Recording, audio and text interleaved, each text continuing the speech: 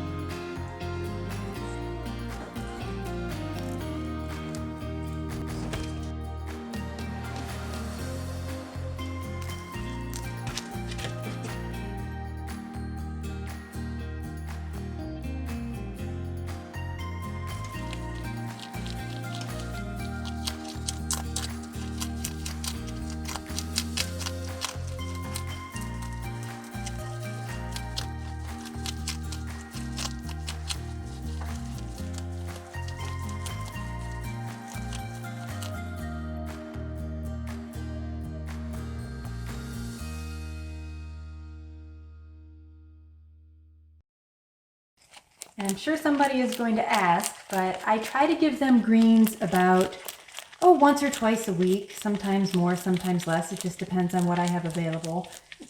And I definitely don't recommend giving this much to a young bunny, and definitely not a baby bunny.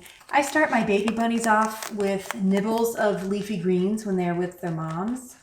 And then I advise just very slowly increasing that until around 5 and 6 months of age, when they can have, a full leaf of romaine or two a day or every other day. It really depends on the bunny. Like I said before, you just have to watch their poop. If you see a lot of mushy poop, that will be an indicator to back off the leafy greens. And fruits are even tougher to digest, so I really don't feed them many fruits. Sometimes I'll give them a little sliver of banana or apple, or maybe a berry, but that's about it. It's usually leafy greens. I also have parsley, which I didn't pick for them. I just wasn't thinking.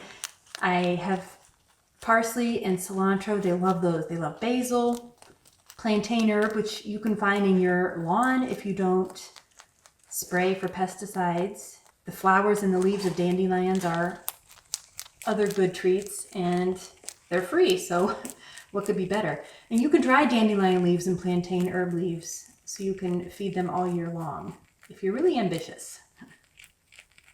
All right, Sonny, I think you've had enough, buddy. I think that's enough. I'll put you outside in a little bit.